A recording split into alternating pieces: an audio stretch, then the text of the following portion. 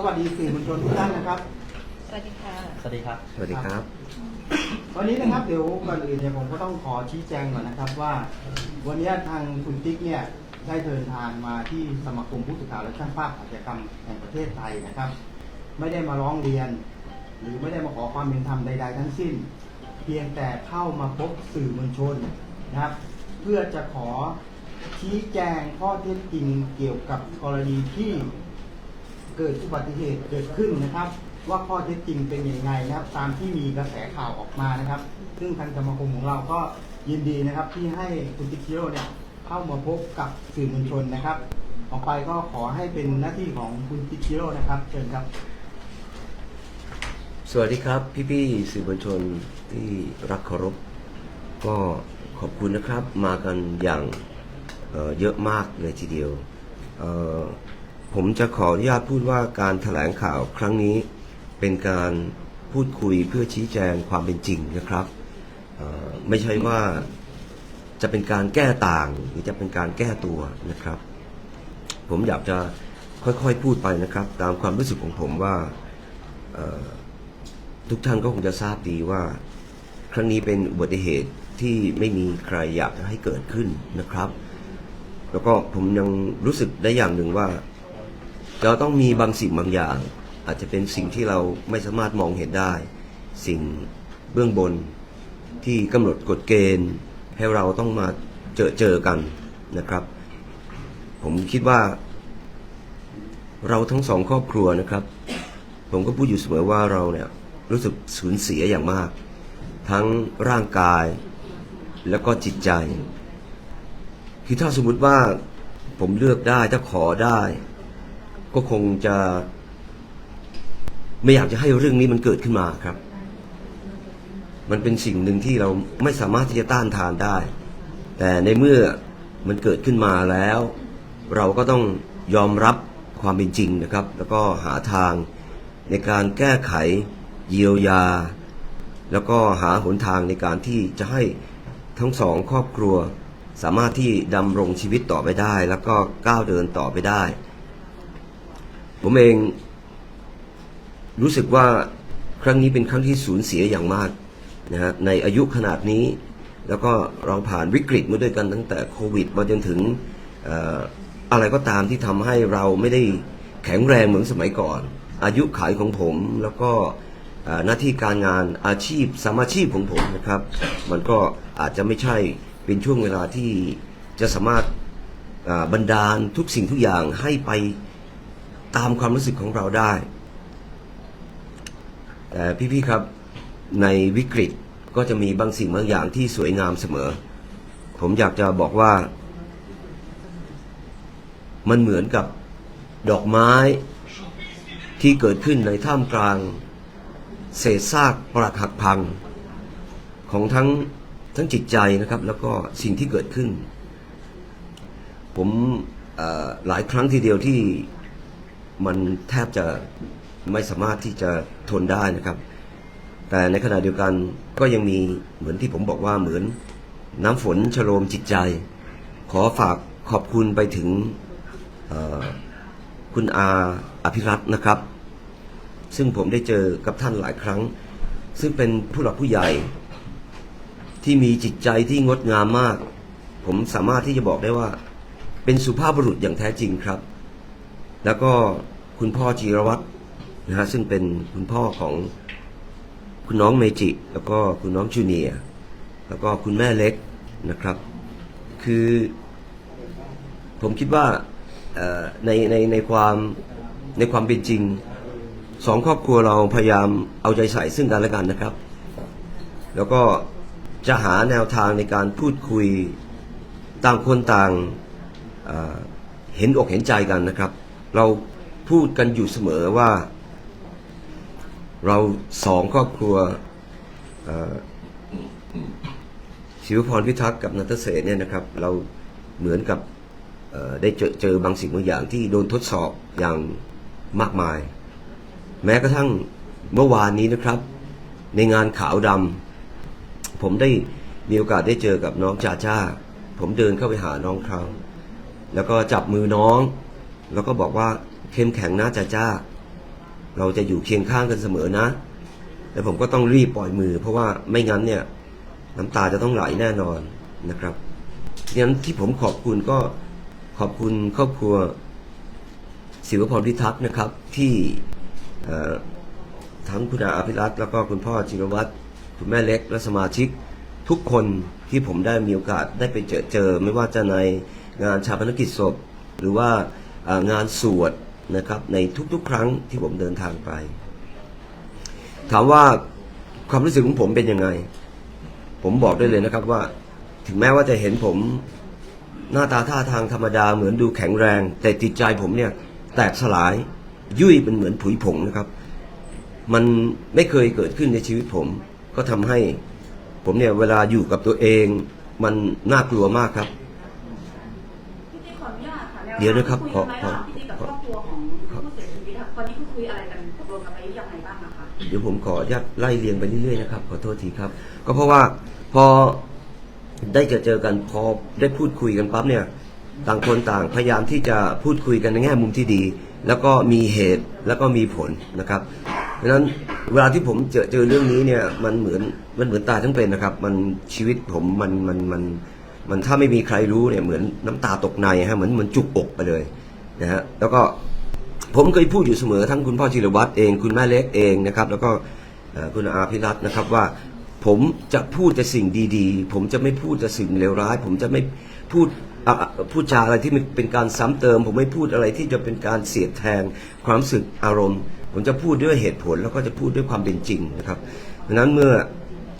สำหรับที่ผมอยากจะบอกกับพี่ๆเพื่อนๆน้องๆสื่อมวลชนแล้วก็ประชาชนที่รักทุกคนนะครับว่าผมเองเกิดมาที่มี DNA ในการช่วยเหลือคนไม่ว่าจะเป็นตั้งแต่สึนามิมานะครับตั้งแต่รถคว่ำไฟไหม้น้ำท่วมอยุธยาอ่างทองปี54ไม่ว่าจะเป็นน้ำท่วมที่จังหวัดอุบลราชธานีผมขี่จักรยานไป700กิโลแล้วก็เอาเงินบริจาคเป็นล้านๆให้กับผู้ประสบอุทกภัยนะครับแล้วก็ไม่ว่าจะเป็นการบริจาคเงินให้กับโรงเรียนสอนคนตาบอดนะครับบริจาคเงินแล้วก็ช่วยเหลือโรงเรียนคนหูหนวกไปช่วยพี่ๆทหารไปช่วยพี่ๆตำรวจไปช่วยเด็กยากไร้ไปช่วยเด็กด้อยโอกาสนะครับไปมอบทุนการศึกษาให้กับโรงเรียนอะไรต่างๆไม่ว่าจะเป็นสิ่งต่างๆที่ผมได้ทำไปผมคิดว่าในสถานการณ์แบบนี้หวังว่าสิ่งต่างๆที่ได้ทำไปคงจะช่วยดลบันดาลแล้วก็ช่วยผลักดันให้ทั้งสองครอบครัวเนี่ยสามารถก้าวข้ามวิกฤตครั้งนี้ไปได้ดีผมอยากจะฝากบอกว่าในหัวใจของผมเนี่ยเต็มเปี่ยมไปด้วยความจริงใจนะครับแล้วเต็มเปี่ยมไปด้วยความที่ต้องการอยากจะเยียวยาในทุกๆรูปแบบที่ผมจะสามารถทำได้ไม่ว่าจะเป็นการไปเยี่ยมเยียนในโรงพยาบาลนะครับหรือว่าที่บ้านเราเคยนัดกันที่บ้านนัดกันที่ร้านอาหารร้านกาแฟก็พูดคุยกันอย่างคนที่มีสติสัมปชัญญะครบถ้วนแล้วก็มีจิตใจที่งดงามนะครับเอาหัวใจแลกใส่กันแล้วก็สิ่งหนึ่งที่ผมทำได้ดีที่สุดก็คือผมเป็นนักร้องผมเป็นนักแต่งเพลงผมก็เลยคิดขึ้นมาอย่างหนึ่งว่าจะทำยังไงที่ช่วยเยียวยาในทุกๆด้านได้ผมแต่งเพลงขึ้นมาแล้วก็ไปขออนุญาตคุณพ่อจิรวัตรแล้วก็ขออนุญาตคุณแม่เล็กเปิดให้เขาฟังต่างคนก็ต่างน้ำตาไหลผมบอกว่าผมจะมอบเพลงนี้ให้กับครอบครัวศิวพรพิทักษ์แล้วก็เพื่อให้รายได้ทุกบาททุกสตางค์เข้าไปสู่น้องเมจิน้องจูเนียร์เพื่อเป็นการเยียวยาได้อีกทางหนึ่งนะครับในวันนั้นคุณพ่อคุณแม่อนุญาตแต่ว่าเมื่อหลังจากที่โพสต์ไปแล้วนะครับก็ต้องเอาออกมาก็หวังว่านะครับถ้าสมมติคุณพ่อคุณแม่จะอนุญาตอีกครั้งหนึ่งผมก็ยังยึดมั่นในความรู้สึกของผมนะครับว่าจะขอมอบเพลงนี้ให้กับครอบครัวศิวพรพิทักษ์แล้วก็แน่นอนแล้วครับถ้าพี่ๆสื่อมวลชนอยากจะฟังผมยินดีนะครับแล้วก็ต้องขออนุญาตพ่อแม่อีกครั้งหนึ่งเพื่อที่จะนำเอาเพลงนี้ไปมีส่วนร่วมในการเยียวยาอีกครั้งหนึ่งผมต้องบอกนะครับว่าวันนี้ไม่ต้องการที่จะพูดจาเพื่อเป็นการฟื้นสิ่งต่างๆที่มันเกิดขึ้นมาแล้วก็พูดจาที่ทำให้เกิดเสียดแทงความรู้สึกนะครับแต่ต้องการอยากจะฝากบอกว่า ผมได้ปฏิบัติตัวอย่างไรบ้างผมได้ทำอะไรยังไงบ้างแล้วก็ผมยังบอกอีกครั้งหนึ่งนะครับว่าสิ่งที่ผมบอกว่าสวยงามนั้นก็คือว่าครอบครัวของเราทั้งสองเนี่ยมีการพูดคุยกันอย่างที่เป็นมิตรภาพแล้วก็เอาเหตุและผลพูดเพื่อทำให้เราทั้งสองครอบครัวสามารถที่จะดำรงชีวิตอยู่ได้ก้าวเดินต่อไปได้และผมเองก็ในสามอาชีพของผมเนี่ยก็ยังต้องดำเนินชีวิตต่อไปผมยังไม่ทราบนะครับว่าผมจะเสียชีวิตไปเมื่อไหร่แต่ตราบใดที่ผมยังมีลมหายใจอยู่ผมก็ยังจะพูดเหมือนเดิมว่าผมเป็นสุภาพบุรุษพอแล้วก็จากการที่ผมได้ช่วยเหลือผู้คนมาตลอดและคำพูดของผมเนี่ยมันจะเป็นคำพูดที่เป็นนายตัวผมเองนะครับแล้วก็อย่างที่พูดกับจ้าว่าเข้มแข็งแล้วก็เราจะอยู่เคียงข้างกันไปตลอดครับในตอนนี้ผมจะไม่พูดที่เกี่ยวกับเรื่องของอะไรที่ผ่านมาเพียงแค่ให้พี่ๆสื่อมวลชนได้รับรู้ว่าชีวิตผมเป็นอย่างไรตัวของผมเองนั้นเป็นอย่างไรเดี๋ยวผมจะให้น้องเอซึ่งเป็นน้องภรรยาของผมได้ช่วยอธิบายบางสิ่งบางอย่างแล้วก็เดี๋ยวจะให้คุณทนายโอมได้ช่วยเล่าให้สื่อมวลชนฟังว่ามีที่มาที่ไปเป็นอย่างไรบ้างแล้วก็เดี๋ยวจะได้ตอบคำถามพี่ๆสื่อมวลชนทุกคนทุกท่านทุกช่องนะครับ ขออนุญาตนิดนึงนะขอประเด็นนิดนึงประเด็นที่คุณติ๊กพูดเมื่อสักครู่ว่ามันมีความคลาดเคลื่อนขอประเด็นเรื่องคลาดเคลื่อนก่อนได้ไหมว่าความคลาดเคลื่อนนี่คืออะไร ขออนุญาตนะคะ เดี๋ยวให้น้องเอ๋เล่าให้ฟัง เอเป็นตัวแทนของพี่ติ๊กในทุกครั้งที่มีการเจรจากันนะคะซึ่งตอนแรกคุณพ่อบอกว่าพี่ติ๊กไม่เคยไปสักครั้งหนึ่งซึ่งจริงๆแล้วในก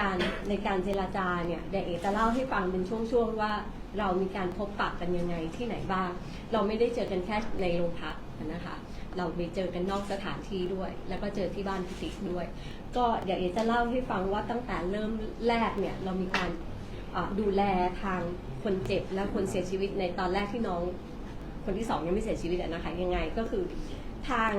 ที่เกิดอุบัติเหตุครั้งนี้นะคะที่ติ๊กได้ให้ข้อมูลกับตำรวจไปเรียบร้อยแล้วว่าเหตุการณ์มันเป็นยังไงบ้างเราเองเนี่ยเราคงไม่ได้พูดด้วยคำพูดแต่เราใช้กล้องวงจรปิดที่อยู่หน้ารถในวันที่เกิดเหตุเนี่ยส่งให้กับเจ้าหน้าที่ตำรวจแต่ที่เราเนี่ยยื่นหนังสือร้องความเป็นธรรมไปตามที่เป็นข่าวอะค่ะเป็นเพียงขอให้สอบพยานเพิ่มเติมที่อยู่ในที่เกิดเหตุนะคะแล้วก็นำกล้องวงจรปิดเข้าไปสู่กระบวนการดำเนินคดีส่วนรายละเอียดพี่ติ๊กให้การไปกับตำรวจตั้งแต่วันแรกที่เข้าไปพบเจ้าหน้าที่ตำรวจแล้วแต่ว่าทางพี่ติ๊กไม่เคยเปลี่ยนให้คำให้การเลยยังยืนยันตามคำให้การเดิมในวันแรกที่เข้าพบพนักงานสอบสวนนะคะส่วนรายละเอียดและผลในทางคดีเราก็ไม่ขอเข้าไปยุ่งเกี่ยวขอให้เป็นอำนาจหน้าที่ของเจ้าหน้าที่ตำรวจนะคะแล้วก็ให้พนักงานอัยการหรือศาลเป็นคนชี้ขาดไปตามพยานหลักฐานที่ปรากฏที่เรามอบให้ส่วนกระบวนการต่างๆในขั้นตอนนี้เราคงไม่อาจที่จะแถลงข่าวได้ขอให้เป็นกระบวนการในทางศาลไปนะคะในส่วนของเรื่องของการเจรจาในส่วนของความเสียหายเชื่อว่าพี่น้องสื่อมวลชนทั้งหลายอยากทราบประเด็นนี้มากกว่าว่าเราดูแลคนเจ็บและคนเสียชีวิตในระหว่างนั้นยังไงเบื้องต้นเนี่ยวันแรกเนี่ยทางสื่อมวลชนทราบอยู่แล้วว่าทางพิจิตรได้รับบาดเจ็บเช่นเดียวกันก็เข้าโรงพยาบาลทางเนี่ยเป็นคนไปประสานงานให้ตั้งแต่ในชั้นโรงพักดูด้วยตั้งแต่วันแรกเลยเรารู้ว่ามีน้องเสียชีวิต1 คนคุณพ่อคุณแม่เขาต้องมีค่าใช้จ่ายแน่ๆอะไรเงี้ยค่ะในวันเกิดเหตุเอกก็เลยแจ้งทางพี่อ้อซึ่งเป็นพี่สาวนะคะว่าวันนี้เราคงจะต้องจ่ายให้น้องเข้าไปสักก้อนหนึ่งก็จ่ายไปให้100,000พอ100,000เสร็จพี่ติ๊กออกจากโรงพยาบาลได้เราก็ไปงานรดน้ำศพน้องแล้วก็ไปสวดอภิธรรมงานศพน้องทุกวันพอสวดเสร็จเผาเสร็จใช่ไหมคะทางเราเนี่ยก็ได้มีการจ่ายค่าใช้จ่ายทั้งหมดที่วัดให้กับทางคุณพ่อก็จ่ายไปอีก75,000 75,000 เขาชื่อ75,530 บาทพอหลังจากที่จัดการงานศพเสร็จคุณพ่อคุณแม่ของน้องเนี่ยก็นัดทางพิติ๊กนัดทางพี่อ้อภรรยาพิติ๊กไปเจอกันเพื่อพูดคุยกันในส่วนของเรื่องค่าเสียหายเราก็ไปเจอกันที่ร้านกาแฟแถวหนึ่งซึ่ง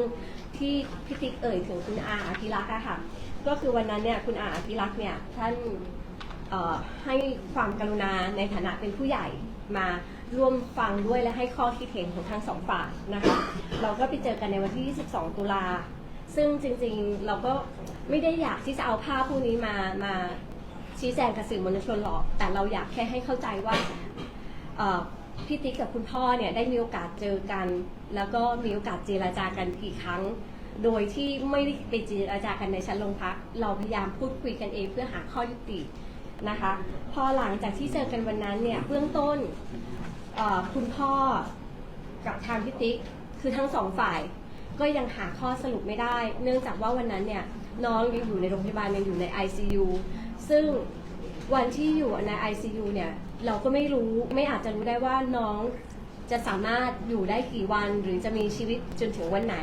เราก็เลยไม่สามารถที่จะพูดคุยกันในส่วนตัวเลขค่าเสียหายได้เพราะว่าสิ่งที่เรากังวลนะวันนั้นก็คือ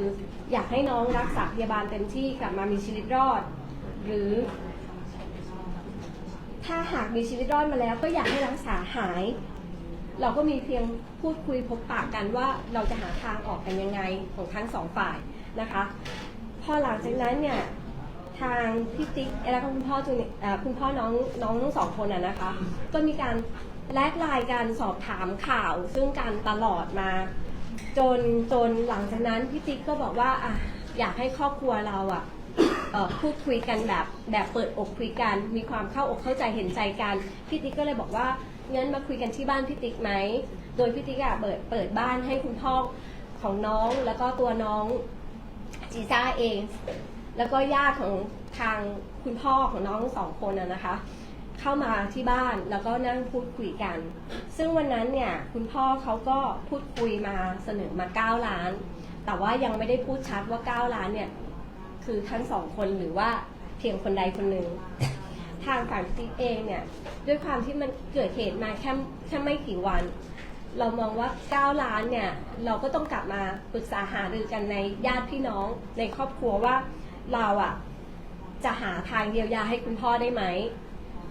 พอหลังจากนั้นเนี่ยทางพี่ติ๊กเองเนี่ยก็ถามไถ่อาการน้องมาตลอดแต่ณวันนั้นเนี่ยเรายังไม่ได้ตกลงกันชัดเจนนะคะว่าตัวเลขเนี่ยเท่าไหร่แต่ว่าคุณพ่อเสนอมาวันนั้นแหละ9 ล้านทางพี่ติ๊กกับคุณพ่อเนี่ยต่างฝ่ายต่างก็กังวลใจถึงน้องจูเนียร์คนที่บาดเจ็บอยู่ที่โรงพยาบาลภูมิพลก็มีการสอบถามอาการมาตลอดพี่ติ๊กเองเนี่ยเขาก็เข้าไปเยี่ยมเข้าไปซื้อของใช้ที่จำเป็นอย่างเช่นแบบรถวีลแชร์หรือแม้กระทั่งแพมเพิร์สหรืออะไรของใช้ที่เห็นว่าน้องจำเป็นต้องใช้ในโรงพยาบาลพอหลังจากนั้นเนี่ยเราเองก็ประสานกันนัดหมายทางเจ้าหน้าที่ตำรวจที่สน.คณะยาวในวันที่19 ตุลาคม 2567พี่ติ๊กก็มอบหมายให้ทางพี่อ้อและก็เอ๋เข้าไปเจรจากับทางผู้เสียหายเพราะว่าพี่ติ๊กเองก็ยังต้องพบหมอจากเหตุการณ์ที่เขาได้รับบาดเจ็บในวันนั้นอยู่ทางเอกกับทางพี่อ้อก็เข้าไปที่สน.คณะยาวเพื่อที่จะไปพูดคุยกับทางคุณพ่อแล้วก็ญาติของน้องทั้งสองคนวันนั้นเอกเองเนี่ยก่อนหน้านั้นในระหว่างที่มีการพูดคุยกันเอกก็ได้ประสานทางบริษัทประกันวิริยะนะคะว่าเบื้องต้นเนี่ยทางวิริยะเนี่ยจะสามารถจ่ายอะไรให้กับทางผู้เสียหายได้บ้างเช่นตัวประกันภัยภาคบังคับจะยังจ่ายให้ได้ไหมในระหว่างที่ผลคดียังไม่เป็นที่ยุติว่าใครเป็นฝ่ายผิดฝ่ายถูกหรือตำรวจยังไม่ได้ชี้พอจะจ่ายให้ก่อนได้ไหมทางประกันก็บอกว่าเบื้องต้นนะคะทางประกันเนี่ยเห็นว่าในเมื่อยังตกลงเจรจาหาข้อยุติกันไม่ได้ก็ยังไม่อยากให้จ่ายในส่วนนี้ทางเอกก็ยืนยันกับทางประกันไปว่าเรายินดีอยากให้ประกันจ่ายไปก่อนเลยโดยพี่ติ๊กเองเนี่ยยินดีที่จะรับผิดชอบหากวันข้างหน้าผลคดีมันมีการชี้ขาดไปแล้วหรืออะไรก็ตามจ่ายไปแล้วเราก็ต้องการให้มันจ่ายไปเลยโดยที่ไม่ได้หวังว่าจะเรียกคืนหรือว่าไม่ได้หวังว่าจะใครผิดจะใครถูกจะต้องเยียวยากันเท่าไหร่ในเมื่อเยียวยาได้ไปก่อนก็เยียวยาไปเลยเราก็ก็เลยมองว่าโอเคให้ประกันจ่ายในวันนั้นเลยประกันก็บอกว่าโอเคถ้าพี่ติ๊กเซ็นยินยอมให้ประกันจ่ายประกันก็จ่ายให้ ก็เลยบอกว่าพี่ติ๊กยินยอมให้ประกันจ่ายประกันก็เลยตกลงจ่ายวันนั้นไป500,000ในวันนั้นเนี่ยทางประกันและทางก็ตกลงประจำวันกันไว้ซึ่งในการแถลงข่าวครั้งนี้ก็ได้เอาประจำวันมาให้ทุกท่านดูนั่นคือการเจรจาครั้งแรกนะคะพอหลังจากประกันจ่ายไปแล้วก็คุยกับทางประกันไปว่าในส่วนของประกันภัยในส่วนรถยนต์คันที่ติ๊กทำประกันไว้ในภาคสมัครใจเนี่ยเรามีวงเงินสำหรับคนเจ็บหรือคนเสียชีวิตสูงสุดก็คือคนละ1 ล้านใช่ไหมคะแล้วก็ในส่วนของภาคบังคับอีกหากฝ่ายเราเป็นฝ่ายผิดก็จะจ่ายเพิ่มอีก500,000รวมกับ500,000ในวันนี้ก็อยู่ประมาณ3 ล้านนี่คือเบื้องต้นในส่วนของประกันที่ยังไม่รวมในส่วนของที่พี่ติ๊กต้องการจะเยียวยาเพิ่มเติมแต่ด้วยความที่ทางพนักงานสอบสวนให้คุยกับคนละฝ่ายพออย่างนี้ปุ๊บประกันก็เลยเข้าไปเจรจาแทนทางญาติเลยเข้าใจว่าพี่ติ๊กจะชำระให้แค่3 ล้านทางญาติก็เลยเดินมาต่อว่าทางพี่อ้อซึ่งเป็นภรรยาของติ๊กว่างั้น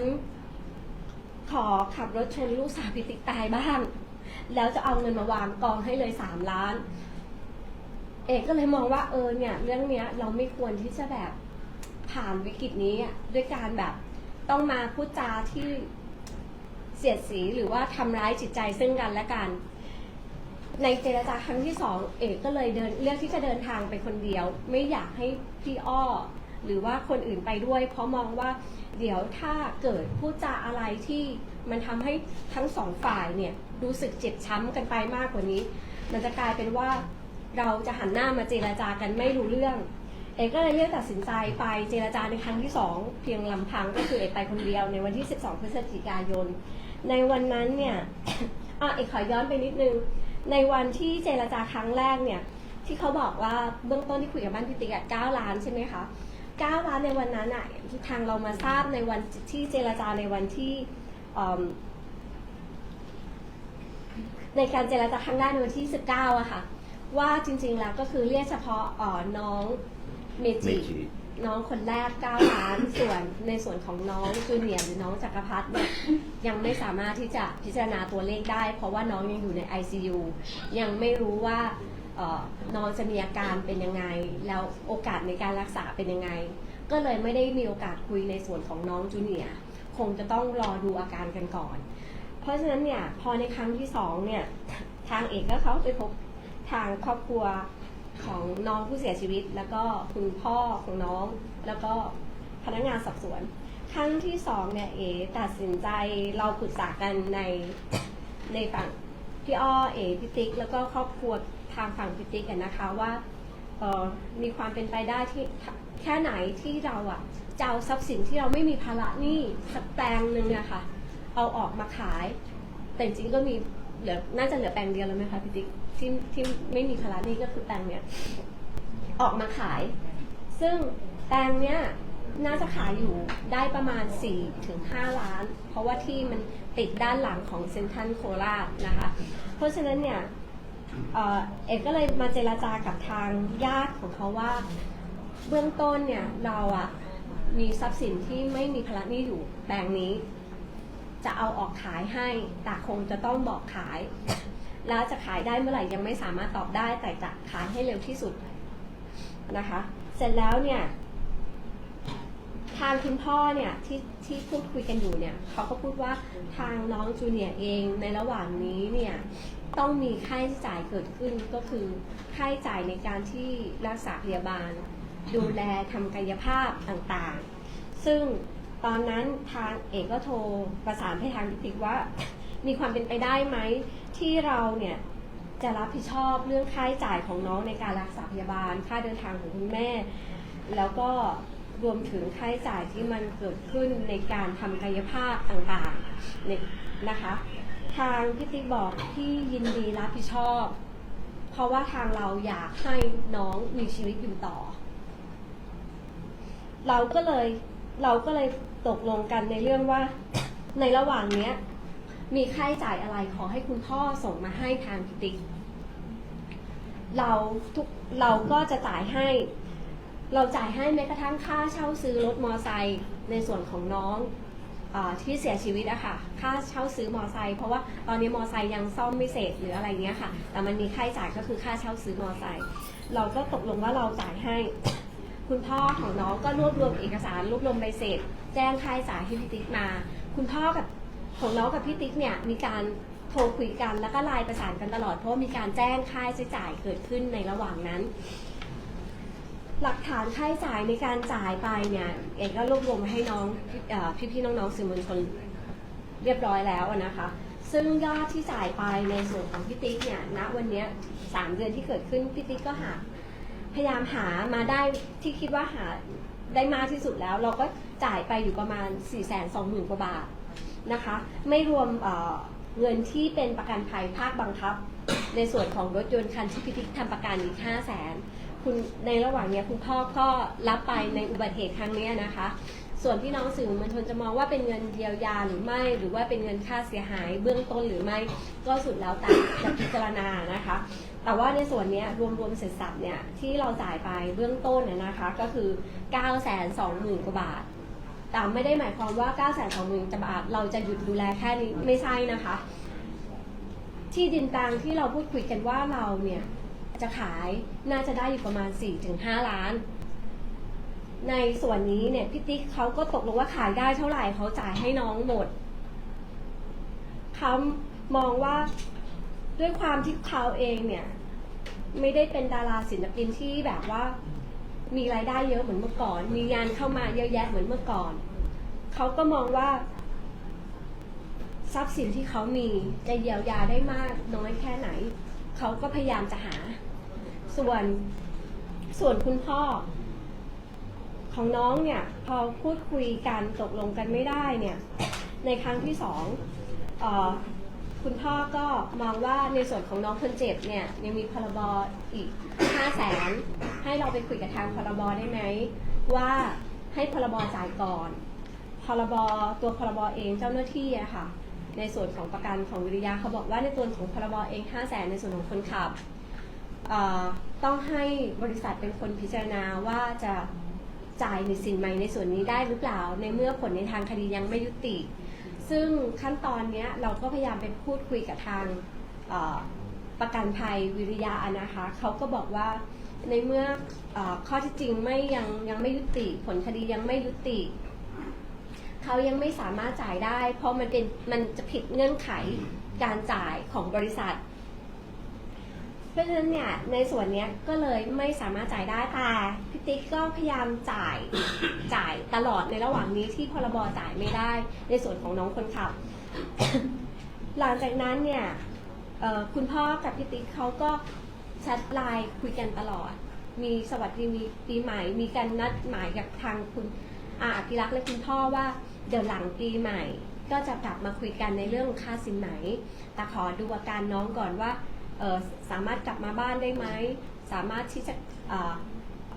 รักษาไปถึงขั้นตอนไหนแล้ว เพราะว่าจริงๆในการพิจารณาการรักษาพยาบาลของใครสักคนหนึ่งที่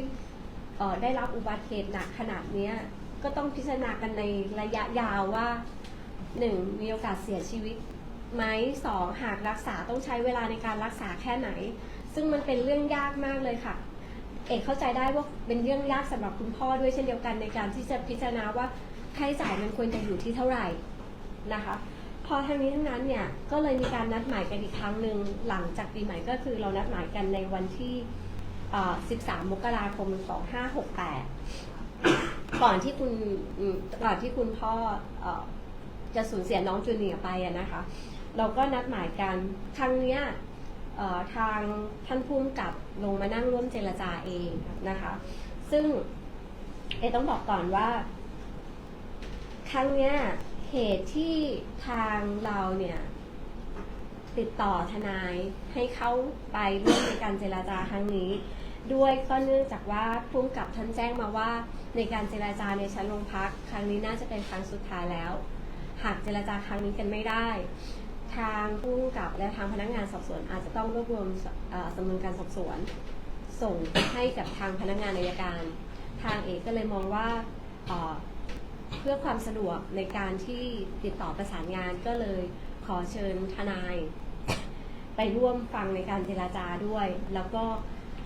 หากตกลงกันไม่ได้ ก็จะให้ทนายเป็นฝ่ายประสานกับเจ้าหน้าที่ตำรวจในการที่จะเอาตัวพี่ติ๊กไปส่งพนักงานอัยการหรือส่งศาลก็เป็นเรื่องของหน้าที่ของทนายไป ซึ่งในส่วนนี้ก็เลยเชิญทนายมาด้วยในวันนั้นเนี่ยในส่วนของค่าเสียหายที่คุยกันทางท่านผู้กำกับก็บอกกับทางคุณพ่อไปว่าอยากให้คุณพ่อเนี่ยดูตัวเลขคร่าวๆซึ่งจริงๆแล้วทางพี่ติ๊กเองก็เคยแจ้งกับคุณพ่อไปว่าอยากให้ดูตัวเลขอะค่ะที่มันเป็นก้อนกลมๆเลยว่าเท่าไหร่สำหรับน้อง2 คนเหตุผลก็พี่ติ๊กเขาก็มองว่าปัจจุบันเขาอายุ62 ปีแล้วนะคะอย่างที่นักข่าวสื่อมวลชนทราบเขาไม่รู้ว่าเขาจะมีชีวิตอยู่ต่อได้ถึงเมื่อไหร่หรือเขาจะยังสามารถทำงานหาเงินมาจ่ายให้พ่อน้องได้ถึงเมื่อไหร่แล้วเขาจะมีเรียกว่าเขาก็ต้องเดินหน้าต่อไปเช่นเดียวกันเขาก็เลยตัดสินใจว่าในครั้งนี้เนี่ยก็เสนอตัวเลขเดิมโดยการที่แบบก็เอาไปคุยกับคุณพ่อเช่นเดียวกันว่าเรายังยืนยันคำเดิมว่าเราจ่ายให้คุณพ่อแน่นอนโดยเรามีทรัพย์สินก็เป็นที่แปลงนี้แหละค่ะที่มันปลอดหนี้อยู่ 4-5 ล้านวันนั้นเนี่ยคุณพ่อก็เสนอตัวเลขกลมๆมาในส่วนของน้องจูเนียร์นะคะ18 ล้านและส่วนของน้องเมจิ6 ล้านรวมกันเป็นทั้งหมด24 ล้านตัวเลข24 ล้านก็เพิ่งปรากฏในวันที่24 มกราคมขอโทษทีในวันที่13 มกราคม 2568ทางเองก็พอได้ยินตัวเลขขนาดนั้น4-5 ล้านกับ24 ล้านก็เป็นตัวเลขที่ต่างกันค่อนข้างมากเอกก็บอกว่างั้นเอกก็ขอกลับมาปรึกษากันในครอบครัวก่อนว่าเราจะมีความสามารถกันแค่ไหนเราจะจ่ายกันได้แค่ไหนแล้ว แต่วันนั้นเอกก็ยืนยันกับคุณพ่อว่ายอดเงินสูงกันขนาดนี้แล้วระยะเวลาก็กระชั้นชิดขนาดนี้เนี่ยเราอาจจะหาให้คุณพ่อไม่ทันแต่เรายืนยันว่าที่แปลงนี้ขายได้เท่าไหร่เราให้คุณพ่อทั้งหมดแน่นอนเพราะฉะนั้นเนี่ยทางคุณพ่อแล้วก็ทางญาติก็ไม่พอใจพอไม่พอใจก็เอาคำพูดเดิมๆเหมือนมีการเจรจาครั้งที่แล้วมาคุยอีกว่าอันนี้เป็นคำพูดของญาติคุณพ่อนะคะไม่ใช่คุณพ่อเป็นคนพูดแต่ว่ามันก็ทำลายความรู้สึกก็พูดเหมือนเดิมว่างั้นเขาก็ขอไม่เอาประโยคนี้ไม่พูดดิไม่เป็นไรค่ะขอครับประโยคนี้ขอไหมครับได้ค่ะซึ่งบางทีอ่ะคนที่ไปนั่งเจรจาก็รู้สึกเจ็บปวดนะวันนี้ทุกอย่างไม่ได้อยากให้มีการสูญเสียเกิดขึ้นแต่เมื่อเวลามันผ่านไปมันย้อนกลับไม่ได้ทางเราก็มองว่า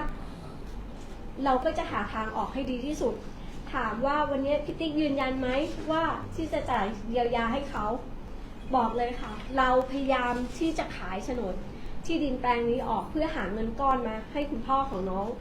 แต่ว่าจังหวะที่เราคุยกันหลังวันที่13เนี่ยพอดีว่าทางพี่อ้อแฟนพี่ติ๊กเนี่ยเดินทางไปเยอรมันในวันนั้นเนี่ยทางเอกก็เลยไม่สามารถเอาโฉนดที่ดินแปลงนี้ออกมาประกาศขายแล้วเอาสำเนาโฉนดให้คุณพ่อได้เพราะว่าทางพี่อ้อเก็บไว้ในเซฟเหตุที่พี่อ้อเดินทางไปเยอรมันเนี่ยก็ไป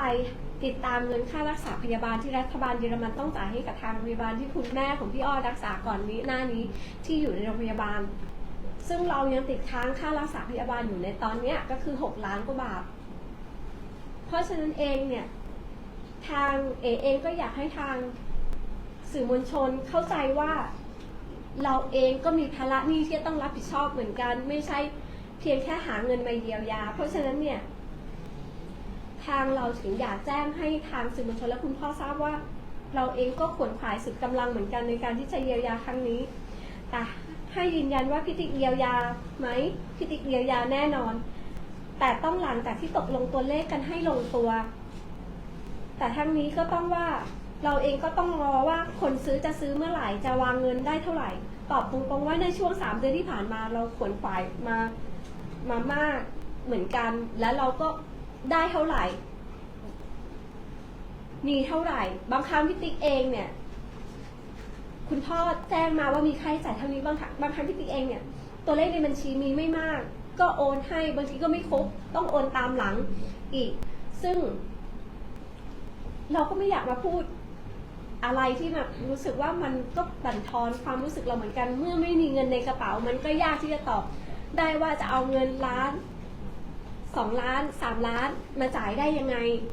ซึ่งประเด็นเนี้ยเชื่อว่าพี่ๆสื่อมวลชนนักข่าวคงเข้าใจในส่วนก่อนหน้านี้เนี่ยทางที่คุณพ่อบอกว่าเราจ่ายไปแล้วทางประกันจ่ายไปเนี่ยส่วนเนี้ยจะถือว่าเป็นการเยียวยาไหมเนี่ยอยากให้มองอย่างนี้ค่ะอยากให้ทุกคนมองว่าก้อนเนี้ยพี่ติ๊กก็ช่วยจ่ายประกันในส่วนของพรบก็ช่วยจ่ายในมุมของเราก็มองว่าเป็นการเยียวยาเบื้องต้นแต่เงินก้อนหลังจากนี้10-20 ล้านที่คุณพ่อเรียกร้องเนี่ยเราก็ต้องขวนขวายหามาอยู่ดีแต่ถ้าหามาไม่ได้จริงๆเราก็ต้องจ่ายให้เท่าที่พี่ติ๊กทำได้หรือสุดความสามารถของพี่ติ๊กนะคะในส่วนของการเยียวยาเนี่ยก็อยากให้ทนายโอมเป็นคนพูดในส่วนประเด็นเรื่องว่าพรบถือว่าเป็นการเยียวยาไหมหรือเงินที่จ่ายไปถือว่าเป็นการเยียวยาไหมขออนุญาตว่าส่งประเด็นนี้ไปให้ทนายกันธเมธ เดี๋ยว นะคะ ช่วยแจ้งพี่น้องสื่อมวลชนอีกนิดนึงตรงที่ว่าที่ดินถ้าขายไม่ได้แล้วเนี่ยเสนอคุณพ่อไปว่ายังไงในวันนั้น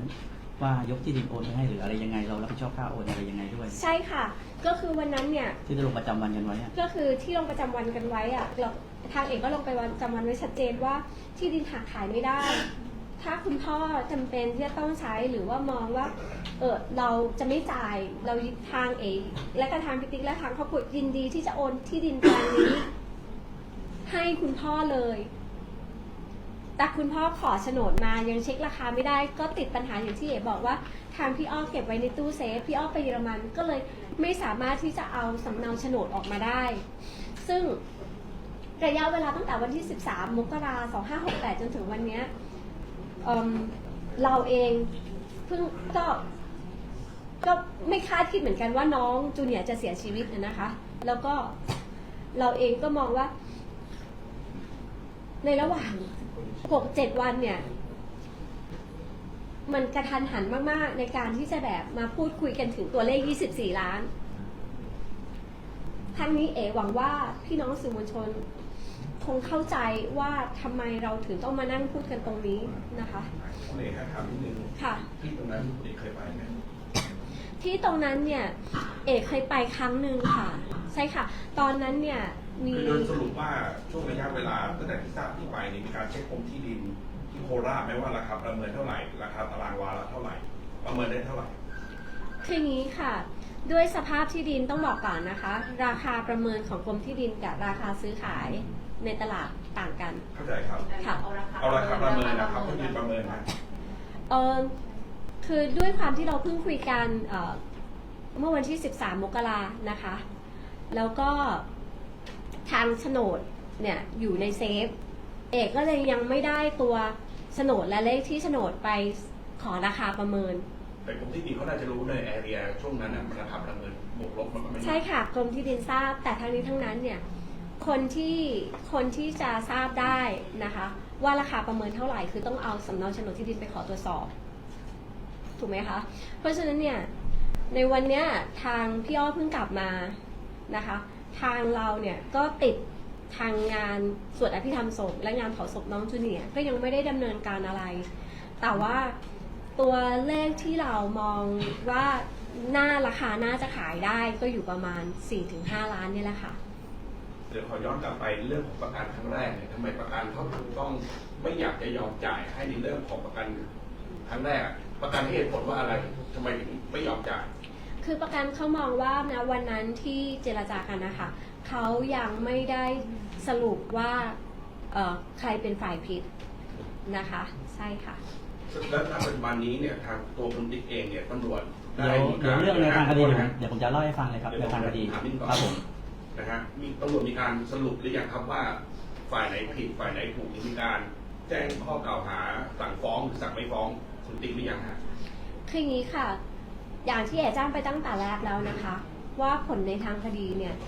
ขออนุญาต ไม่ให้สัมภาษณ์กับทางสื่อมวลชนให้เป็นอำนาจหน้าที่ของพนักงานสอบสวน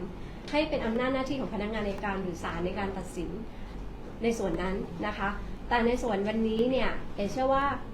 ทุกท่านที่มาเนี่ยคงไม่มาตัดสินคดีในวันนี้กัน โดยเราไม่พึ่งคำพิพากษาของศาลหรือคำวินิจฉัยของศาลแต่วันนี้ที่ทุกท่านมาก็เพื่อจะมาฟังว่าในส่วนเราได้ดูแลเยียวยาในส่วนของคนเจ็บคนเสียชีวิตยังไง ที่ผ่านมาเรามีการพูดคุยกันมากน้อยแค่ไหน ทีนี้ในส่วนทนายผมจะพูดในส่วนของแนวทางการดำเนินคดีนะครับ คือต้องบอกก่อนว่าในส่วนดุลพินิจไม่ว่าจะเป็นชั้นงานสอบสวนหรือต่อไปที่มาสอบสวน ซึ่งต้องเรียกทางพิติ๊กเนี่ยไปแจ้งข้อกล่าวหาใหม่เนื่องจากปัจจุบันเนี่ยมีน้องอีกคนหนึ่งที่ได้เสียชีวิตเพิ่มเติมขึ้นมาก็มีการแจ้งนอกจากที่ว่าทำให้บาดเจ็บสาหัสจากการเมาขับ ก็จะเปลี่ยนเป็นทำให้มีคนเสียชีวิตเพิ่มเติมขึ้นมาอีก1 คนส่วนดุลพินิจทางพนักงานสอบสวนจะเป็นยังไงตลอดจนการสรุปสำนวนส่งพนักงานอัยการจะเป็นอย่างไร ตรงนี้ไม่ขอก้าวล่วงแต่ถ้าเมื่อทราบคำสั่งหรือการสรุปสำนวนของพนักงานสอบสวนแล้วมีการส่งไปพนักงานอัยการอย่างไรหากเราเห็นว่ามันไม่ถูกต้องตามความเป็นจริงไม่เป็นไปตามกฎหมายทางเราก็จะดำเนินการในการร้องขอความเป็นธรรมเพื่อให้ออกมาตามความเป็นจริงที่ควรจะเป็นตามกฎหมาย เพราะว่าอย่างในส่วนที่พูดถึงคลิปหน้ารถของคันที่ขับไปว่าขณะเกิดเหตุเป็นอย่างไรตรงนี้เราเห็นคลิปทั้งหมดแล้วแต่เราไม่ได้นำมาเปิดเผยในที่นี้เพราะถือว่าอยู่ในชั้นของพนักงานสอบสวนไปครับผมเพียงแต่ในที่นี้ถามว่าตลอดระยะเวลาที่ผ่านมาตั้งแต่เกิดเหตุจนถึงวันนี้พี่ติ๊กไม่เคยปฏิเสธว่าตัวเองมีความผิดไม่เคยบอกว่าตัวเองไม่ผิดพี่ติ๊กรับสารภาพในส่วนตนเองเพียงแต่ว่าเรามองว่าการเกิดความผิดในครั้งนี้เหตุการณ์ในคดีนี้ความผิดเกิดจากพี่ติ๊กฝ่ายเดียวหรือไม่ตรงนี้เรารอดูผลจากพนักงานสอบสวนก่อนแล้วหลังจากนั้นเราค่อยมาว่ากันอีกทีหนึ่งแต่ณวันนี้ทางทีมทนายได้หนังสือขอความเป็นธรรมไปทางพนักงานสอบสวนแล้วว่าให้สรุปสำนวนเป็นไปตามความจริงเป็นไปตามกฎหมายให้ยืนบนข้อกฎหมายแค่นั้นเองครับผมตอนนี้พี่ติ๊กโดน3 ข้อกล่าวหาหรือกี่ข้อกล่าวหาตอนนี้พี่ติ๊กก็มีเรื่องเมาแล้วขับเบื้องต้นนะครับตอนนี้นะครับเมาแล้วขับชนคนตายและเมาแล้วขับทำให้คนได้รับบาดเจ็บสาหัสแต่ตรงบาดเจ็บสาหัสนี่นะปัจจุบันต้องเปลี่ยนเป็นชนคนตายกลายเป็น2ครับผมแต่ตรงนี้อยู่ระหว่างดำเนินการของพนักงานสอบสวนเพราะเขาต้องทำสำนวนเพิ่มเติมแล้วก็แก้ไขการแจ้งข้อกล่าวหาใหม่ด้วยครับคุณทนายที่การเมื่อสักครู่นี่หมายความว่าการขอความเป็นธรรมของคุณทนายเนี่ยนั่นหมายความว่าขอเป็นธรรมน่าจะมีส่วนในเรื่องของการที่เป็นต้นเหตุที่ทำให้เกิดอุบัติเหตุด้วยใช่ไหมต้องบอกว่าขออนุญาตนี้ค่ะขออนุญาตไม่ลงลึกไปในส่วนของคดีความนะคะขอให้เป็นคุณทนายเป็นคนบอกเอางี้นะครับเอานี้นะครับในส่วนของคดีผมตะกี้ขอคำถามที่มาอีกครั้งครับการที่ขอความเป็นธรรมเนี่ยขอให้พนักงานสอบสวนสรุปสำนวนว่าเหตุที่เกิดขึ้นอุบัติเหตุที่เกิดขึ้นมีผู้ใดที่มีส่วนกระทำความผิดบ้างแค่นั้นครับก็น่าจะชัดเจนก็คือฝ่ายทางโน้นด้วยใช่ไหมฮะก็ตรงนี้ให้เป็นอำนาจของพนักงานสอบสวนเลยครับเพราะว่าตอนนี้ขอพูดแค่ส่วนพิติ๊กว่าพิติ๊กยอมรับว่าตัวเองผิดครับผมส่วนทางเขาเราไม่ก้าวล่วงครับเพราะว่ามันไม่บังควรที่จะไปพูดถึงอย่างถ้าในครอบครัวเนี่ยตัวเลขที่เราคิดว่าเราจะเยียวยาเขาแล้วเราไหวว่าได้คุยกันไหมครับว่าเท่าไหร่ตัวเลขเราว่าเราไหวแล้วคือตอนนี้ที่คุยกันก็คืออยู่ประมาณ4-5 ล้านใช่ค่ะซึ่งเราก็ยังยืนยันคำเดิมแหละว่า4-5 ล้าน2 รายเลย2 รายรวมเลยใช่ค่ะสรุปง่ายๆคือตอนง่ายๆคือว่าคุณไหวที่4-5 ล้านถูกไหมคะ2 ชีวิต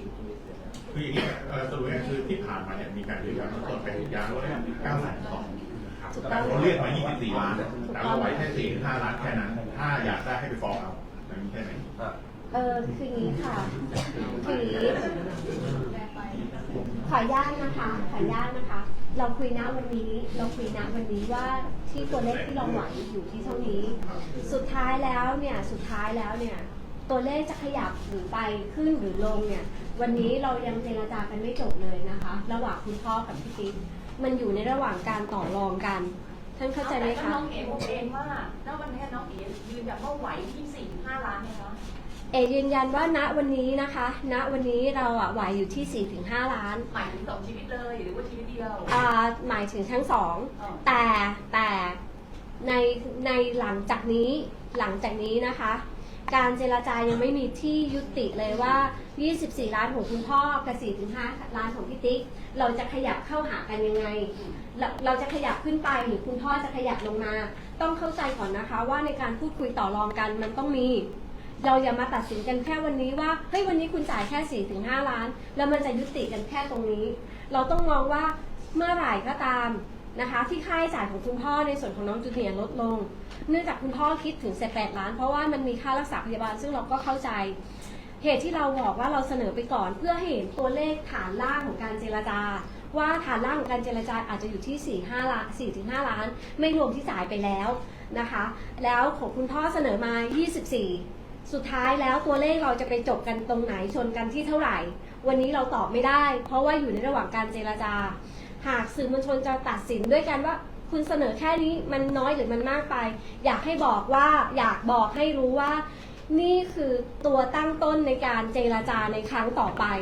น้องเอ๋ฟังนะพวกสื่อมวลชนเราไม่ได้ตัดสินค่ะวันนี้เราแค่อยากรู้ว่าตัวเลขที่ทางด้านของคุณติ๊กพอจะประมาณการได้ว่าเราจะจ่ายได้สูงสุดเท่าไหร่คือทางนี้ทั้งนั้นเนี่ยวันนี้เราตอบไม่ได้แต่ตัวเลขฐานล่างที่เราตอบได้ก็คือณวันนี้ก็คือ 4-5 ล้านแต่สุดท้ายแล้วเนี่ยการเจรจาระหว่าง 24 ล้านกับ 4-5 ล้านเนี่ยไปยุติที่ตัวเลขไหนณวันนี้เราตอบไม่ได้นัดวันคุยกันเรื่องนี้ยังวันไหนตอนนี้ยังครับเพราะท่านสอบสวนบอกว่าเดี๋ยวจะแจ้งเพื่อให้พาตัวพี่ติ๊กไปรับทราบข้อกล่าวหาใหม่ก่อนครับนั้นเมื่อไหร่ครับยังไม่แจ้งกำหนดมาเลยครับเพราะว่าเขาต้องมีการไปแก้ไขสำนวนด้วยครับเขาเปลี่ยนจากคนเจ็บเป็นคนตายครับจากเจ็บสาหัสเป็นคนตายอันนี้มันเป็นส่วนคดีอาญาก็ว่าเป็นส่วนคดีอาญาครับส่วนที่พูดถึงเรื่องตัวเลขเป็นเรื่องของคดีละเมิดคดีส่วนแพ่งแต่ทางเราก็อยากจะเจรจาเพื่อมันได้ยุติกันไปได้ก็ดีแต่ถ้ายังยุติกันไม่ได้ก็ต้องเจรจากันไปเรื่อยๆจนกว่าจะยุติได้แต่ถ้าไม่ได้จริงก็ว่าไปตามกระบวนการร้องขอความเป็นธรรมคิดว่าพนักงานสอบสวนจะสอบปากคำให้เราไหมถ้าพนักงานสอบสวนไม่สอบปากคำหรือสอบปากคำไม่ไหมตรงนี้ไม่ทราบเป็นดุลพินิจของทางพนักงานสอบสวนครับเราไปคิดแทนไม่ได้ด้วยคิดว่าจะขอความเป็นธรรมไปในการขอไปให้เขาถ้าเราดูการสรุปสำนวนของพนักงานสอบสวนนะครับเรียกว่าไม่เป็นไปตามที่กฎหมายควรจะเป็นหรือกฎหมายบัญญัติไว้เราก็ต้องขอเป็นธรรมครับเพื่อรักษาสิทธิ์ถ้าเกิดว่าในกรณีที่บอกว่าคุยกันเจรจากันไม่รู้เรื่องเนี่ยอย่างนี้ต้องไปสู้กันในชั้นศาลไหมก็ถ้าในส่วนคดีอาญายังไงพี่ติ๊กรับสารภาพไปแล้วครับหมายถึงถ้าในส่วนแพ่งถ้าทางครอบครัวผู้สูญเสียขอใช้คำนี้นะครับเขาไม่พอใจในเรื่องตัวเลขหรืออะไรเขาไม่ยอมรับการโดยการเจรจาเป็นสิทธิ์ของเขาที่นำคดีขึ้นสู่กระบวนการศาลพอขึ้นสู่ศาลก่อนศาลก็มีกระบวนการไกล่เกลี่ยกระบวนการสมานฉันท์ทีครับตรงนั้นผมว่าตรงนั้นเราไว้เป็นเรื่องของกระบวนการดีกว่าไม่ถามขนาดครับคำถามเดียวถ้าไปถึงชั้นศาลคดีละเมิดเนี่ยครับคิดว่ามันจะได้ไหม20 ล้านตัวนี้ผมไม่เข้าร่วมอำนาจศาลดีกว่าครับแต่ถ้าด้วยประสบการณ์นะโดยส่วนใหญ่ก็ต้องมาพิจารณาหลายอย่างประกอบครับขอไม่พูดดีกว่าว่าได้ถึงหรือได้ไม่ถึงแต่ต้องดูว่าอาชีพอะไรเคยถูกเลี้ยงดูบุพการีมาอย่างไรไหมแล้วความสูญเสียของแต่ละคนคือต้องใจกฎหมายในส่วนของประเทศไทยก่อนว่าต้องยอมรับความเป็นจริงว่าบางทีค่าของคนมันไม่เท่ากันทั้งที่เรารู้ว่าชีวิตเดียวเท่ากันนะครับตรงนี้น่าจะเข้าใจตรงกันครับผมน้องเอ๋พี่ขออีกคำหนึ่งคำถามเดียวณวันนี้ยอดต่ำสุดที่เราบอกเราจ่ายได้คือ15 ล้านถูกนะใช้ตรงนี้ได้ไหมมีเพิ่มจากนี้ได้ไหมหรืออะไรยังไงยอดต่ำสุดไหมหรือจะลดลงจากนี้ไหมอะไรยังไงเดี๋ยวนะครับตรงนี้ผมขออนุญาตตอบแทนดีกว่าเพราะว่าสุดท้ายผมต้องขอดูผลทางคดีด้วยยังไงในเรื่องของตัวเลขก็เป็นเรื่องของตัวเลขแต่ทางทนายก็ต้องให้คำแนะนำว่าในเมื่อผลคดีออกมาอย่างไรเงินจำนวนเท่าไหร่ที่เหมาะสมและสมควรด้วยฐานะของทางเราและฐานะของทางเขาเดี๋ยวทนายตรงนี้น่าจะสรุปได้หลังจากที่มีการสรุปสำนวนมากกว่าครับผมแล้ว4-5 ล้านนี้เราจะจ่ายก้อนเดียวเลยหรือว่ามีการผ่อนยังไงคะคือถ้าเป็นเรื่องอย่างที่พูดว่าถ้าเป็นเรื่องตัวเงินทางพิติ๊กก็พยายามขนขวายเพื่อจะจบได้ก็จบในคราวเดียวแต่ถ้าณวันระหว่างนี้ต้องการเอาที่ดินไปจัดการขายเองก็โอนที่ดินให้โดยทางเราจะรับผิดชอบเรื่องค่าโอนให้ด้วยแต่มันต้องยุติเรื่องตัวเลขกันแค่นั้นเองครับผมนับจากวันนี้ไปจะหยุดการเจรจาก่อนที่ผลคดีจะออกมาไหมคือทางเราพร้อมเจรจาตลอดจริงๆครับเพราะเราก็รู้ว่ากระบวนการทางคดีหรือทางกฎหมายทั่วไปแล้วเนี่ยไม่ว่าจะเป็นชั้นงานสอบสวนพนักงานอัยการหรือศาลแต่ละชั้นเนี่ยมีสิทธิ์ที่ทางอัยการหรือศาลเรียกไกล่เกลี่ยอยู่แล้วจากการขอความเป็นธรรมเราจะขยับเป็นผู้กล่าวหาไหมไม่ครับแต่ยอด4-5 ล้านจะให้ก็จนกว่าจะขายที่ ที่ดินได้ถูกต้องไหมคะ ถ้าเกิดขายได้เท่าไหร่อย่างที่ติ๊กยืนยันนะครับว่าขายได้เท่าไหร่ยกให้ทั้งหมด แต่เราก็ไม่ทราบ เพราะอย่างสภาพเศรษฐกิจเราก็รู้ว่าเป็นยังไงในประเทศเราณตอนนี้ แต่ถ้าเกิดเขาไม่รอตัวนั้นทางเราก็เสนอเพิ่มไปว่าเอาที่ดินไปเลย แล้วก็ไปขายเองเพื่อได้พอใจในราคาที่ขาย ถ้าต้องการใช้เงินด่วนก็จะขายร้อน หรือถ้าต้องการแบบไม่เป็นไรมีที่อยู่และตรงอื่นยังพอขยับกันได้ ก็ให้เป็นสิทธิ์ของทางผู้รับโอนไป แต่ตรงนี้ก็ขอให้เป็นการตัดสินใจของทางครอบครัวผู้สูญเสียดีกว่าครับ ถ้าเกิดเขาไม่รับที่ดินนะคะเรามีแผนสองไหมเขาต้องการเงินไม่เอาที่ดิน ก็ทางเราต้องมาคุยกันว่าถ้าเป็นตัวเงินที่เราต้องหากันเองที่ต้องหากันเองเนี่ยจะได้แค่ไหนอย่างไร แต่ทุกอย่างตัวเลขจะสรุปได้อย่างที่ผมแจ้งครับ ว่าถ้าระหว่างนี้เจรจายุติไม่ได้ ก็ผมก็ต้องรอให้ได้ผลทางคดีก่อนว่าออกมาอย่างไรและให้พี่ติ๊กเป็นคนเสนอแล้วก็จ่าย เพราะยังไงแล้วอย่าว่าแต่เขามาฟ้องในคดีส่วนแพ่งเลย ยังไงค่าเสียหายเนี่ยถึงชั้นศาลนะครับถ้าเกิดเยียวยาส่วนแพ่งไม่ได้ผมอาจจะแนะนำให้ทางคุณทิชโร่วางเป็นเงินเยียวยาเป็นเงินค่าสินไหมทดแทนในชั้นของคดีอาญาก็ได้ให้เอาเงินไปวางศาลนะครับ ตอนนี้รายได้ขออนุญาตค่ะพี่ติ๊กตอนนี้รายได้เรามาจากส่วนไหนบ้างคะทางไหนบ้างคอนเสิร์ตหรืออะไร ส่วนมากแล้วจะเป็นคอนเสิร์ตเหมือนเดิมอะครับ แล้วก็ เรื่องของเพลงนะครับ ในปัจจุบันนี้ค่อนข้างยากมากจริงๆนะครับ อันนี้เล่าให้พี่ๆเพื่อนๆฟังนะครับว่าผมได้มีโอกาสนำเพลงออกมานำเสนอ แต่ว่าอาจจะเป็นเพราะว่าแฟนคลับเราแฟนเพลงเราอาจจะไม่ได้ใช้โซเชียลมีเดียเป็นหลักเหมือนสมัยก่อน ผมยังพอจำได้ตั้งแต่ยุคเทปมาจนถึงซีดีแต่ว่าพอตอนนี้มันมาเป็นแพลตฟอร์มต่างๆทาง YouTube อะไรต่างๆเนี่ยมันก็มีรายได้มาจากตรงนั้นทีนี้ถ้าจะลองเปรียบเทียบดูกับศิลปินรุ่นใหม่ๆน้องๆที่ประสบความสำเร็จมากๆนะครับอันนั้นก็จะมีฐานกำลังที่ค่อนข้างดีเยี่ยมทีเดียวเพราะฉะนั้น แต่ผมเองก็ไม่ได้นิ่งนอนใจนะอย่างที่เล่าให้ฟังว่ามีแต่งเพลงให้น้องเมจินะครับแล้วก็อันนี้อาจจะเป็นส่วนหนึ่งในการที่จะช่วยเยียวยาได้คือผมไม่เกี่ยวข้องกับเรื่องเงินเลยแล้วก็มีหลักฐานประกอบให้เห็นชัดเจนมากแล้วก็ ในขณะหนึ่งผมก็ไม่สามารถที่จะหยุดทำงานได้ใช่ไหมครับเพราะไม่งั้นก็จะไม่มีอินคัมไม่มีรายได้เข้ามาก็ในเดือนกุมภาที่จะถึงนี้อาจจะปล่อยเพลงออกมาอีกนะครับก็จะลองดูก็ทำได้เท่าที่ทำนะครับเพราะว่าเราก็ต้องยอมรับสภาพความเป็นจริงว่ายุคนี้มันไม่ใช่เป็นยุคสมัยก่อนที่เราจะสามารถทำเม็ดเงินได้อย่างเหมือนสมัยก่อนนะฮะก็ต้องยอมรับ ถ้าเกิดขึ้นโดนยกเลิกงานบ้างไหมคะที่โดนผลกระทบเรื่องรายได้บ้างไหม อันนี้แน่นอนครับฝากบอกพี่ๆสื่อมวลชนที่รักทุกคนว่าผมเองเนี่ยแท้ที่จริงแล้วก็เป็นคนยิ้มแย้มแจ่มใสเป็นคนสนุกนะฮะสนุกสนานเฮฮาตอนนี้ก็ไปที่ไหนก็แทบจะทำตัวสนุกสนานเฮฮาไม่ได้เพราะว่ามันจะกลายเป็นที่คอรหาของสังคมแล้วก็บางทีก็แบบนี้แหละครับมันยากลำบากเหมือนกันการไปงานที่ไหนอะไรยังไงก็มันจะกลายเป็นจุดหนึ่งที่ทำให้เราต้องระมัดระวังตัวเองเพราะว่าผมเคยหยุดอะไรทุกอย่างทั้งหมดเลยนะครับแต่ว่ามันก็ไม่สามารถที่จะเยียวยาความรู้สึกได้เผลอๆมันจะกลายเป็นซึมเศร้าเอานะฮะแล้วก็จนถึงขนาดพี่เพื่อนที่อยู่เคียงข้างเขาบอกว่าเฮ้ยก็ต้องออกมาบ้างสนุกบ้างอะไรบ้างซึ่งมันก็ เข้าใจว่าห่วงใยกันนะครับแต่ว่าบางทีเหมือนที่ผมพูดก่อนหน้านี้ว่ามันหัวใจมันแตกสลายบางวันผมแทบจะมีอยู่วันหนึ่งที่วัดนะฮะผมก็เดินเข้าไปหาพี่คุณพ่อบอกเข้าไปจับมือเข้าไปกอดไหล่แกบอกว่าพ่อวันนี้ผมหัวใจสลายเลยไม่ไหวเลยคือแบบว่ามันโดนปะทะมาอย่างแบบเหมือนซากหลักหักพังของความรู้สึกผมอะยุ่งมากแย่มากแต่ก็อย่างที่ผมอยากจะขอบคุณครอบครัวสมุทรพรพิทักษ์นะครับทุกคนเนี่ยก็ยังมีความรู้สึกที่ดีโดยเฉพาะยิ่งคุณอานะครับแล้วก็พี่เล็กซึ่งเป็นภรรยาแล้วก็น้องๆทุกคนที่อยู่เคียงข้างก็เจอกันทุกครั้งก็จะพยายามที่จะเอาความรู้สึกดีๆเข้ เขาพูดคุยกันและมีเหตุผลนะครับอันนั้นเป็นส่วนหนึ่งครับที่ผมอยากจะขอบคุณทั้งสองครอบครัวด้วยฮะ เดี๋ยวสุดท้ายนะครับจะขอแจ้งผ่านพี่ๆสื่อมวลชนนะครับว่าการออกสื่อการแถลงข่าวอะไรก็แล้วแต่เกี่ยวกับคดีของทางพิพิธชิโร่ผมจะมีเฉพาะครั้งนี้ครั้งเดียวและครั้งสุดท้ายครับ เพราะว่าหลังจากนี้ขอเป็นไปตามกระบวนการทางกฎหมายครับเพราะว่าในเรื่องการว่าความการอะไรขอเป็นเรื่องของกระบวนการศาลไม่ได้มาความการออกสื่อนะครับขอบคุณมากครับมีคำถามอะไรเพิ่มเติมไหมครับขอบคุณพี่ๆสื่อมวลชนทุกท่านครับ ขอบคุณทุกท่านครับ